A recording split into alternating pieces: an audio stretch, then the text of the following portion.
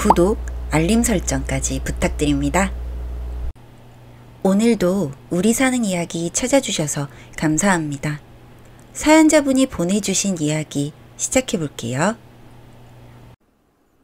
안녕하세요. 저는 30대 초반의 여성입니다. 전 부유하고 화목한 집안에서 자라 그 어느 것도 부럽지 않은 삶을 살아왔습니다. 뭐든 아쉬운 것 없이 가질 수 있었고 부모님 역시 제 동생과 저에게 아낌없이 투자를 해주시고 지원을 해주셨습니다. 전 그래서 세상이 제게 모든 선물을 주었다고 생각을 했었죠. 하지만 그것은 저의 착각이었습니다. 대학을 졸업하고 회계사로 일을 하던 제게 다가온 한 남자, 지금의 남편이었습니다.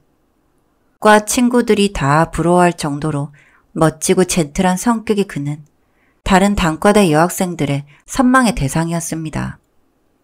캠퍼스 커플로 알려졌던 저희는 동반 유학을 갔었고 거기에서 약혼을 한 다음 한국에 와서 결혼식을 올렸습니다. 이때까지는 세상에서 가장 행복한 여자로 살고 있었습니다. 그때만 해도 전 남편의 세상에서 가장 멋지고 능력있고 성실한 남자라고 믿었어요. 하지만 그 믿음은 제게 비수가 돼서 날아왔죠. 결혼하고 1년이 되었을 때 남편은 만취가 돼서 저에게 다른 어머니가 있다고 말을 했습니다. 처음에는 무슨 말인지 이해하지 못했어요. 술주정을 하는 줄 알았는데 혹시나 해서 전 제가 잘못 들은 줄 알고 다시 물었어요. 그러자 미안하다는 말만 반복했어요. 남편과 남동생은 생모의 아들이었고 아가씨라고 부르는 딸과 막내 남동생은 지금 계신 시어머니의 자손이라고 말을 하는 거예요. 드라마에서나 보던 배다른 남배였던 거죠. 전 경악했어요.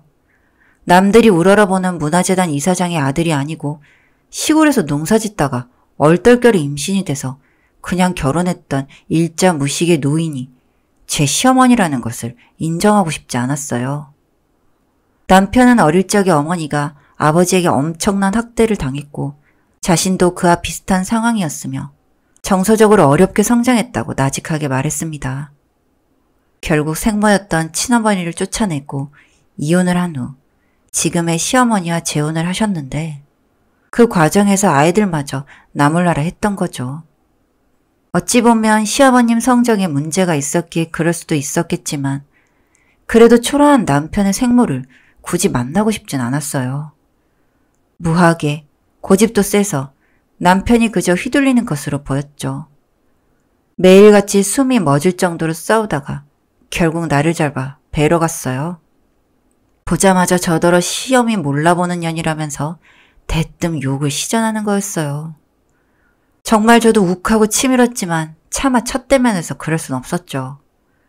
저와 남편을 앉혀놓고 생모는 진짜 시어머니는 본인이며 자기가 있었기에 네 남편이 있는 거라며 매일같이 무난전화를 드리고 한 달에 2번씩 자고 가라는 것이었습니다.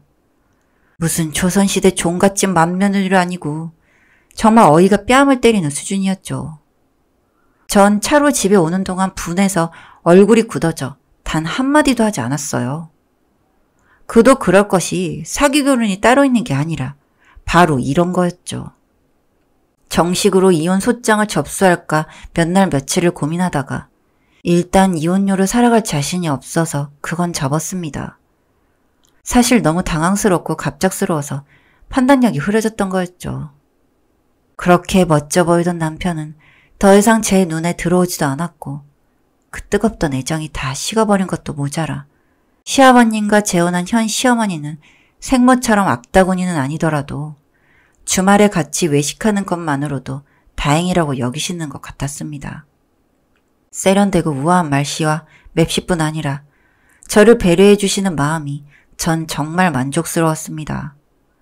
그러니 어느 한쪽을 소홀히 할 수밖에 없었는데 시아버지는 제게 대놓고 당신 아들이 생모 운운하는 건 잊어버리라고 말씀하셨습니다. 평생 살면서 가장 자신의 치부라며 절대 휘둘리지 말라며 경고성 발언을 하셨죠. 안 그래도 회계법인의 업무량은 가히 살인적인데 하필 시즌에 당하는 양가의 회유성, 협박성 발언은 둘 다 이가 갈릴 지경이었습니다. 강도는 예상대로 생모적이 더 거셌습니다. 약속이 겹치게 돼서 다음에 가겠다며 정중하게 거절을 했더니 반나절 만에 응급실에 실려가서 나 죽으시오를 벌여서 온 가족을 실신하게 만들고야 말았습니다. 그 사건으로 인해 남편과 저는 생모의 집을 드나들면 유산은 단 한 푼도 없을 거라는 엄명에 그만 무릎을 꿇게 되었습니다. 전 차라리 지금의 시아버님의 태도가 비정하지만 그게 더 낫다는 판단을 하게 되었습니다. 오히려 이도저도 아니고 양다리를 걸치거나 단호한 입장을 보이지 않았다면 더욱더 경멸했을 것입니다. 하지만 이해할 수 없는 건 남편의 태도였습니다. 바로 아래 남동생은 그런 형을 비난했고 전 정말 동생의 말을 귓등으로도 안 듣는 남편이 꼴보기 싫었습니다. 끈 떨어진 여운을 붙잡는 것도 아니고 그저 생모의 농간에 놀아나는 것뿐인데 본인만 그걸 모르는 것 같았어요. 한 해가 가고 두 해가 가면서 전 스트레스가 심해서인지 임신이 되지 않았어요. 생모는 제가 노산이라면서 불임 클리닉에 가보라는 등 옆에서 막말을 해대는 겁니다. 난자가 늙어서 그렇다는 등 입에 담기도 어려운 말을 쏟아냈죠. 무식하면 용감하다는 말이 맞았습니다. 남편의 생모만 아니었으면 진짜 머리채를 잡고 한판 붙고 싶은 심정이었습니다. 하지만 그런 시선은 현 시부모님의 의견과 별다르지 않았습니다. 저희는 안 되겠다 싶어 같이 불임 클리닉에 산정검사를 받으러 갔습니다. 이때만 해도 제 쪽에 문제가 있어서 아이가 안 생기는 줄로만 알았죠. 검진한 후 결과를 듣고 소스라치게 놀랐습니다. 남편의 성기능 장애로 아이가 생기지 않았던 겁니다. 무정자증에 가까운 비활동성 정자가 문제였습니다. 그동안 핍박과 멸시를 받았던 전 남편이 정말 원수처럼 느껴졌습니다. 생모는 그럴 리가 없다면서 저를 죽이려는 취급을 하는데 실로 믿기 어려운 현실이 눈앞에 펼쳐졌습니다. 제가 거짓말을 한다면서 저를 보자마자 밀치고 그릇을 집어던져 발목까지 골절되어 전치 8주의 부상을 입고 병원에 입원까지 하게 되었습니다. 전 그날부터 도저히 한 이불을 덮고 살 수가 없어서 집을 나와 친정을 갔습니다. 저희 부모님은 놀라서 아무 말씀도 없으셨습니다. 아마도 저라도 그랬을 겁니다. 전 친정의 모든 사실을 털어놓고 통곡하듯 울었습니다. 더 이상 참고 견디는 건 할 수 없었던 것이었죠.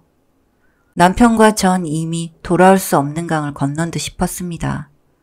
신뢰가 무너진 것이었죠. 그런데 현 시부모님 두 분은 그나마 저에게 그 어떤 연락도 하지 않았습니다. 때가 되면 해결이 되겠거니 지켜보시는 듯 했죠. 그즈음 한 번도 상상하지 못했던 끔찍한 사건이 일어났습니다. 생모가 남편을 대동하고 나타나 제 멱살을 틀어진 것이었습니다. 그것도 친정 부모님 앞에서 말이죠. 당신 아들은 문제 없다면서 어디다가 덮어 씌우냐며 소리를 지르는 것이었어요. 처음으로 친정아버지는 그 손 놓으라며 멱살 잡은 손을 뿌리치고 남편의 뺨을 세게 갈겼습니다. 자네한테 이 꼴 보이라고 내 딸 준 거 아닐세? 당장 모시고 나가게. 그러자 생모는 그 자리에서 벌렁 누워서 옷을 죄다 벗어제끼기 시작했습니다. 정말 어떻게 살아온 사람인지 속옷까지 냅다 던지는데 차마 그 꼴을 보고 있기가 힘들었습니다. 그러면서 사과받기 전에는 못 나간다며 쌩 난리를 부리는데 진짜 정말 몸뚱이마저도 소름 돋기 싫더군요.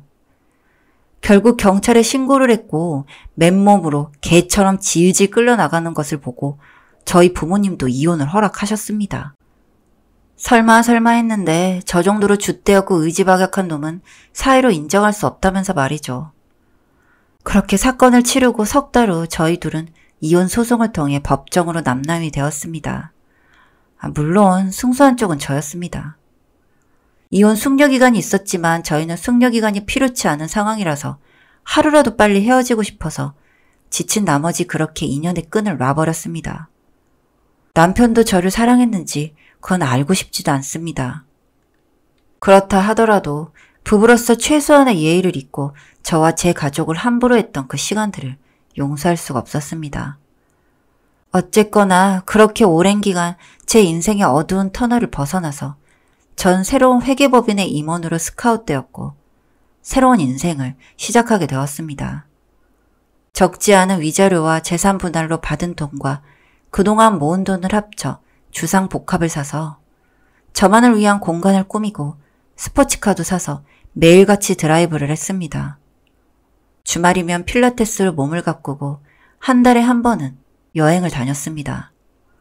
나중에 들은 이야기로는 그 인간 같지도 않은 생모는 뇌종양 때문에 수술을 거듭하다가 요양병원에 2년 넘게 누워있다는 것과 남편은 끊임없는 맞선을 보러 호텔 커피숍을 전전한다는 소식을 들었습니다.